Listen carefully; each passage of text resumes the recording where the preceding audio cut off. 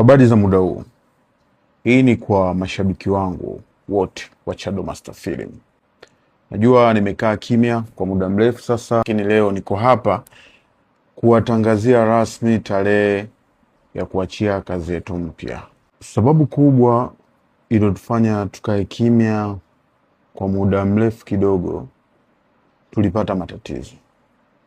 Mimi na timu yangu wakati tunaendelea na kutengeneza hii kazi tulipata ajali. Kwa hiyo karibuni wahusika wakuu wote tulipata ajali, wengi wao waliumia vibaya sana. Msanii wangu kama Kijiko yeye amevunjika kabisa miguu.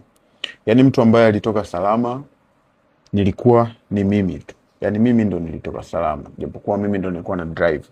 Sababu nilikuwa na drive hivi, ilikuwa saa 11 alfajiri tunarudi nyumbani, tumetoka location. Tairi la mbele likabasti katupa mtaloni. Kwa hiyo yenyewe kutoka ni Mungu tu. Yaani kutoka salama ni Mungu, lakini kwa mtu anayejua ajali, anayejua magari, kwa mtu ambaye anayejua magari, mpaka gari ukiona zinatoka zile airbag za mbele zile zinamfunika dereva, maana yake ilikuwa ni ajali mbaya sana. Kwa hiyo yote kwa yote tunamshukuru Mungu, na Mungu yeye ndo anajua kila kitu. Kwa hiyo japokuwa mabadiliko ni mengi, kuna baadhi ya character sielewi mpaka sasa zitachezaje kwa sababu ya matatizo.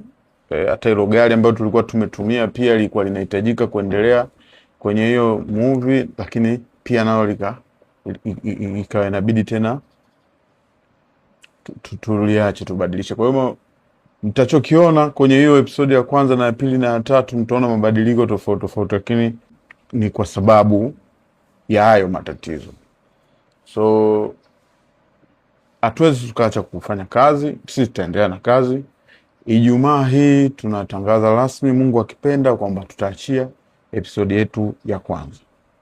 Tunawapenda sana. Mungu awabariki, muendelee kutusupport.